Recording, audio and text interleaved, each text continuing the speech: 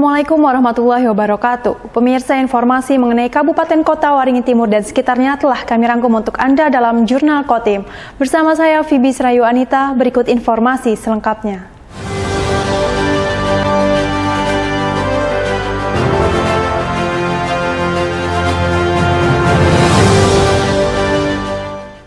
Komisi Pemilihan Umum Kabupaten Kota Waringin Timur melantik sebanyak 555 anggota panitia pemungutan suara di 185 kelurahan dan desa di wilayah setempat.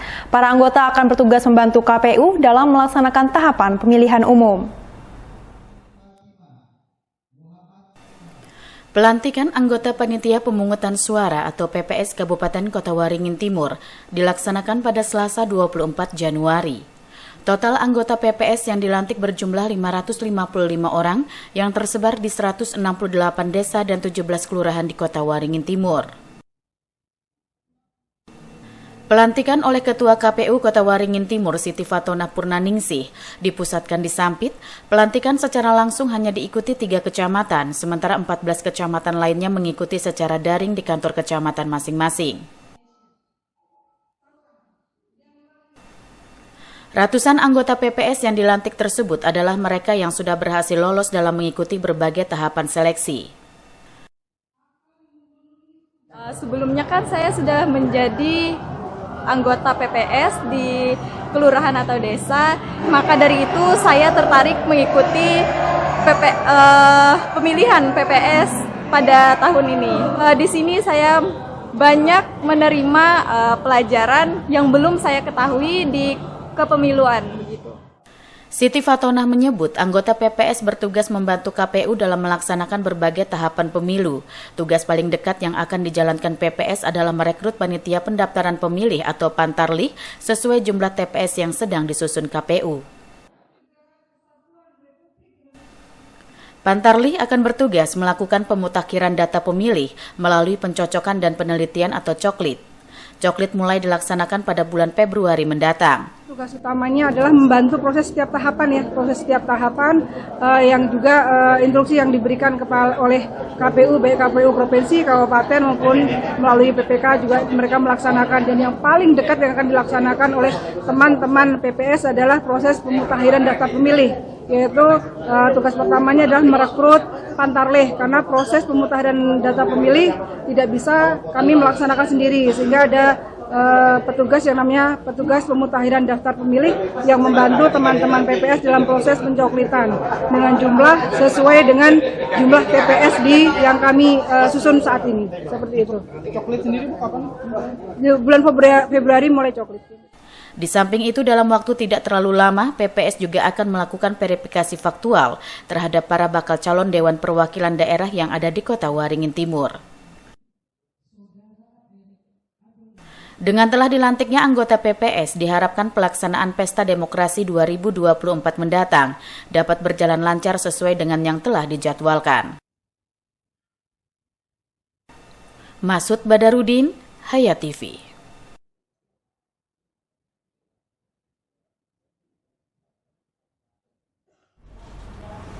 Pengurus Komite Olahraga Rekreasi Masyarakat Indonesia atau KORMI Kabupaten Kota Waringin Timur periode 2019-2024 resmi dilantik. Organisasi ini akan menjadi wadah bagi masyarakat penghobi olahraga rekreasi. Pelantikan pengurus KORMI Kabupaten Kota Waringin Timur dilaksanakan di Aula Rumah Jabatan Bupati setempat pada Selasa 24 Januari pagi. KORMI Kota Waringin Timur periode 2019-2024 diketuai oleh Gahara. Pelantikan pengurus KORMI Kota Waringin Timur baru dapat dilakukan di awal tahun 2023 karena terkendala pandemi COVID-19. Gahara menjelaskan, olahraga rekreasi tergolong baru di Kota Waringin Timur. Olahraga ini merupakan aktivitas yang dilakukan di samping untuk memperoleh kesenangan, namun juga berdampak pada kualitas kesegaran jasmani.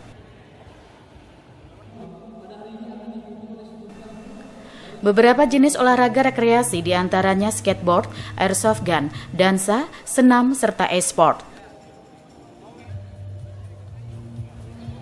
Gahara menyebut pihaknya tengah mempersiapkan diri menghadapi Festival Olahraga Rekreasi Masyarakat Nasional atau Fornas ke-7 di Bandung, Jawa Barat pada Juni 2023 mendatang. Kita akan persiapan mengikuti Fornas di Bandung, Jawa Barat, itu di bulan Juni. Maka oleh sebab itu kita akan menggunakan anggaran yang diberikan pemerintah daerah itu seefektif dan efisien mungkin. Nah itu mungkin dalam waktu dekat juga kita sudah sampaikan kemarin, kita mungkin ada beberapa event atau kegiatan yang akan kita selenggarakan nantinya. Mungkin di bulan Februari lah. Nah, kita lebih ke arah rekreasi. Banyak sih yang outdoor, seperti kita ambil contoh ya, yang skateboard, habis itu yang airsoft gun, banyak, terus dansa juga, senam juga, yang tidak tercover di KONI. Nah, kita di situ yang mengcover. Nah, wadah inilah yang nanti menjadi rumah bagi induk-induk organisasi-organisasi yang ada di Kotim. Nah, seperti e-sport yang tidak masuk di KONI, tetapi bisa masuk di KORMI itu. Bupati Kota Waringin Timur Halik Kinur berharap keberadaan KORMI dapat menjadi wadah bagi masyarakat pencinta olahraga rekreasi. Ia menilai Kota Waringin Timur memiliki potensi besar terhadap jenis olahraga tersebut. Nah, harapan saya dengan adanya pengurus ini ada wadah atau tempat untuk olahraga rekreasi. Karena kita lihat tadi bahwa KORMI itu adalah olahraga rekreasi masyarakat yang selama ini khususnya di Kotim itu punya potensi yang sangat besar sekali. Kita tahu bagaimana anak-anak muda suka main gym, main airsport, segala macam itu. Tapi selama ini belum ada mewadahi. Nah, harapan kita dengan ada wadah ini bisa terorganisir dan baik, dan itu bisa memunculkan daerah kita.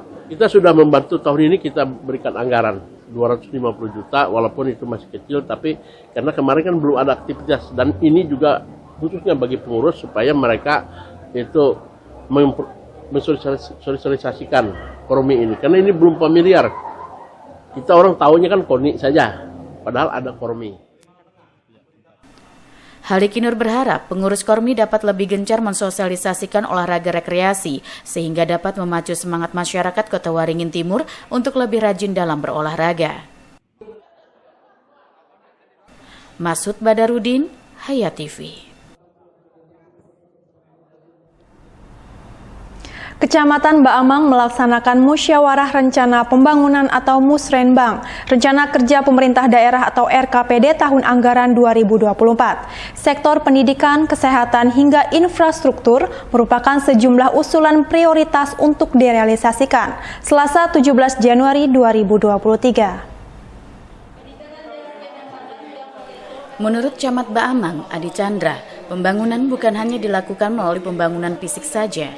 Sektor pendidikan dan kesehatan juga menjadi fokus utama karena merupakan usaha untuk membangun sumber daya manusia atau SDM. Terlebih mengenai fasilitas pendidikan yang masih perlu banyak pembenahan. Adi menegaskan, sarana dan prasarana pendidikan di Kecamatan Baamang masih perlu mendapatkan sentuhan. Setelah mendapatkan anggaran cukup besar untuk pembangunan sarana dan prasarana pendidikan tahun 2023, dia berharap pada tahun 2024 akan lebih besar lagi. Di sisi lain, peningkatan pembangunan dan rekonstruksi jalan menjadi hal yang paling menonjol dalam pembangunan di Kecamatan Baamang. Pemerintah menggelontorkan dana 9,8 miliar untuk rekonstruksi Jalan Ki Hajar Dewantara yang merupakan jalan menuju akses pendidikan. Nah, yang paling menonjol di sini adalah rekonstruksi jalan.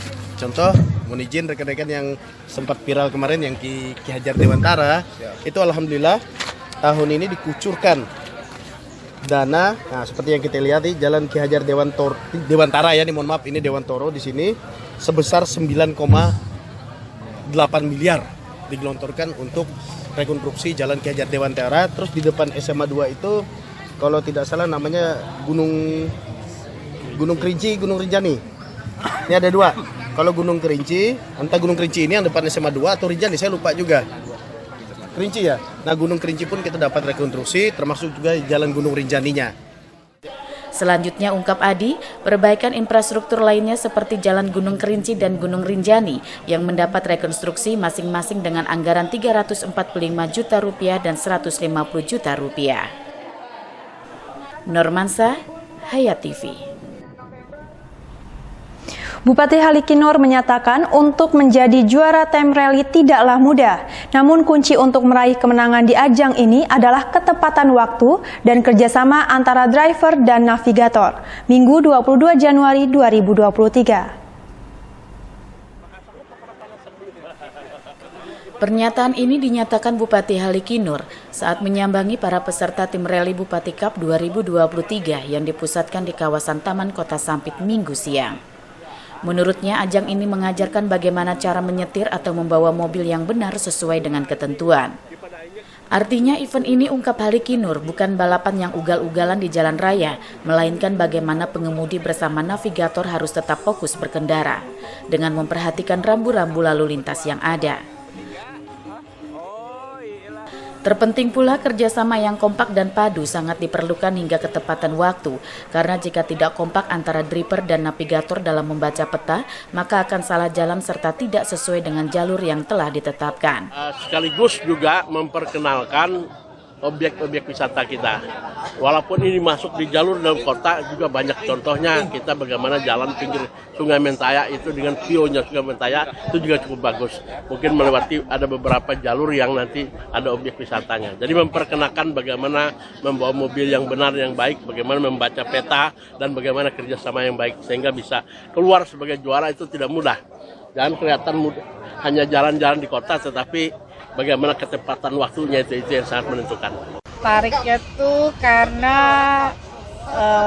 seru, terus kita harus teliti, terus dan memang suka yang game asik-asik. Pertama harus hindari emosi, karena dengan emosi kita semakin gugup, panik, akhirnya map bisa kelewatan. Nah, jadi harus diteliti benar-benar ininya soalnya. Karena kan di map itu kan ada tanda koma terus garis. Nah, itu sering keliru. Halikinor mengingatkan, tampil sebagai juara itu tidak mudah dan jangan merasa hanya jalan-jalan di kota, tapi bagaimana mencapai ketepatan waktu yang telah ditentukan panitia pelaksana, tandasnya. Event tim rally Bupati Cup 2023 mengambil garis start di Taman Kota Sampit dan finish di Rumah Jabatan Bupati. Para peserta berasal dari jajaran Porkopimda, Satuan Organisasi Perangkat Daerah atau SOPD, dan masyarakat umum. Normansa, Hayat TV. Wakil Gubernur Edi Pratowo menegaskan, pemerintah Provinsi Kalimantan Tengah akan membangun pabrik penggilingan padi modern atau yang biasa disebut Rice Milling Unit atau RMU di Kabupaten Kota Waringin Timur, lengkap dengan kemasan, gudang, beserta sarana lainnya. Pembangunan RMU ini, tegas Wakil Gubernur Edi Pratowo, merupakan program dengan sumber dana bagi hasil dana reboisasi atau DBHDR dari Dinas Pertanian Provinsi. Hal ini sebagai upaya Pemprov Kalteng untuk menjaga stabilitas ketahanan pangan di Kalimantan Tengah.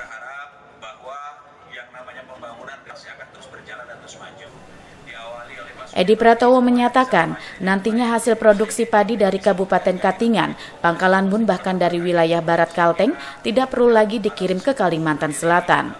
Artinya semua proses produksi penggilingan padi Kalteng akan terpusat di Kabupaten Kota Waringin Timur. Pembangunan Rice Milling Unit atau RMU di wilayah Kotim dinilai karena mempunyai posisi yang sangat tepat dan infrastruktur yang sangat baik. Nantinya pemasaran juga akan dilakukan hingga ke Pulau Jawa. Saya kira Kotim akan menjadi barometer pertumbuhan ekonomi di Kalimantan Tengah. Kita ketahui bahwa pertumbuhan ekonomi kita ini selain dipengaruhi oleh beberapa daerah, kota, yang jadi ukuran adalah Kota Waringin Timur. Saya kira dengan adanya terobosan inovasi yang dilakukan oleh pemerintah Kabupaten Kota Waringin Timur, ini memberikan dampak positif terhadap percepatan pembangunan di daerah ini dan Provinsi Kalimantan Tengah. Pabrik penggilingan padi modern tersebut rencananya akan dibangun tahun 2023 di Desa Lampuyang, Kecamatan Teluk Sampit. Lokasi itu dipilih karena desa tersebut merupakan sentra produksi beras di Kota Waringin Timur, pungkas Edi Pratowo. Normansa, Hayat TV.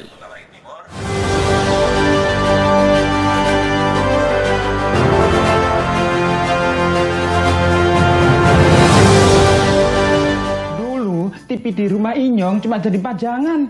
Lah kepriben punya TV gambar nggak bisa ditonton. Bruwet sampai ganti TV, ganti kabel, ganti antena, pindah tempat. Tetap baik, bruwet. Maring sekarang sejak Inyong pakai TV digital, di rumah Inyong jadi rame terus. Gambar TV nggak semutan, suara jernih, celing. Pasangnya gampang, nggak pakai ribet. Ayo pakai TV digital aja, kelalen pasti celing.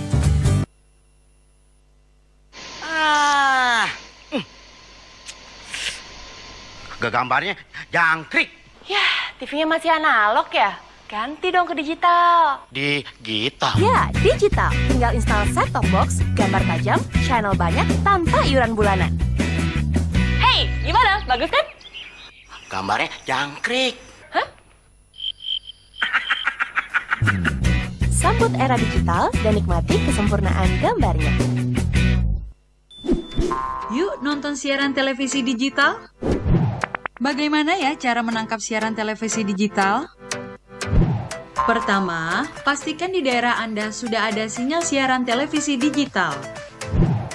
Kedua, gunakan antena UHF di dalam atau di luar rumah Anda. Ketiga, pastikan televisi Anda sudah dilengkapi penerima siaran digital DVB T2. DVB T2 merupakan jenis sinyal yang digunakan Indonesia dalam penyiaran televisi digital. Keempat, pilih auto scan, lalu pindai televisi Anda. Bagaimana jika televisi Anda masih analog? Pasangkan set-top box, televisi Anda otomatis menangkap siaran digital. Bersih gambarnya, jernih suaranya, canggih teknologinya.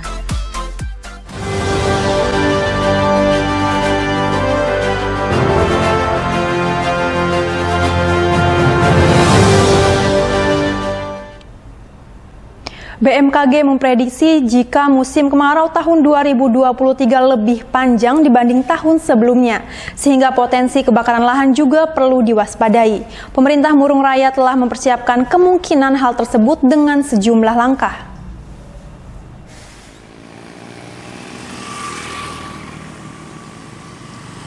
Meskipun musim hujan masih berlangsung, bahkan berada di puncaknya, pemerintah Kabupaten Murung Raya telah menyiapkan sejumlah langkah dalam mengantisipasi kemungkinan terjadinya kebakaran hutan dan lahan atau karhutla di tahun 2023. Mengingat musim kemarau yang diprediksi terjadi awal bulan Agustus sampai September 2023 dinilai berpotensi lebih panjang daripada tahun-tahun sebelumnya, sehingga dalam penanganannya harus semaksimal mungkin.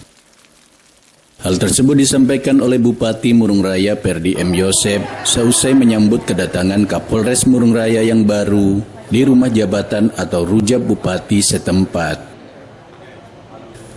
Mengingat status daripada BMKG ini kan masih perkiraan, yang kita lakukan itu adalah antisipasi, upaya pencegahan dengan cara sosialisasi, edukasi kepada masyarakat kita di desa-desa, di kecamatan-kecamatan yang kita kategorikan rawan terjadinya bencana kebakaran, mengingat mungkin pada saat ini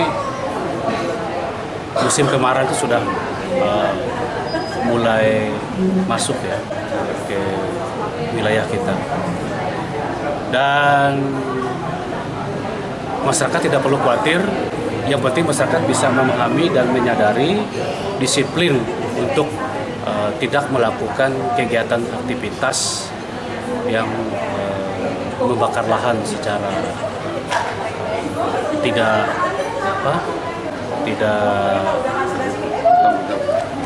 bertanggung jawab, ya, dan tidak sesuai dengan kehendak kita semuanya.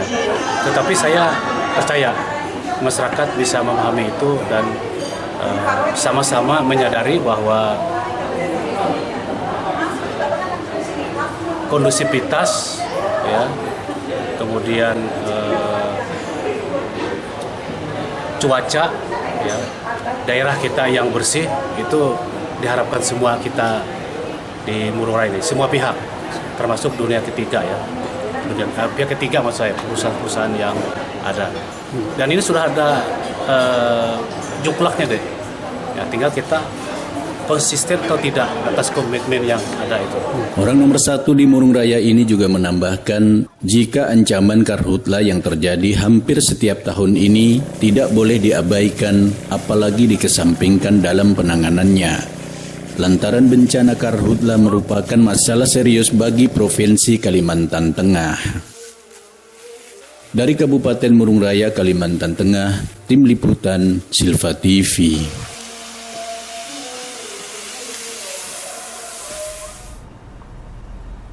Demikian pemirsa, informasi tadi sekaligus menutup jumpa kita pada kali ini. Saya Fibi Srayuanita mewakili jajaran yang bertugas mohon undur diri dari hadapan Anda. Terima kasih dan sampai jumpa. Wassalamualaikum warahmatullahi wabarakatuh.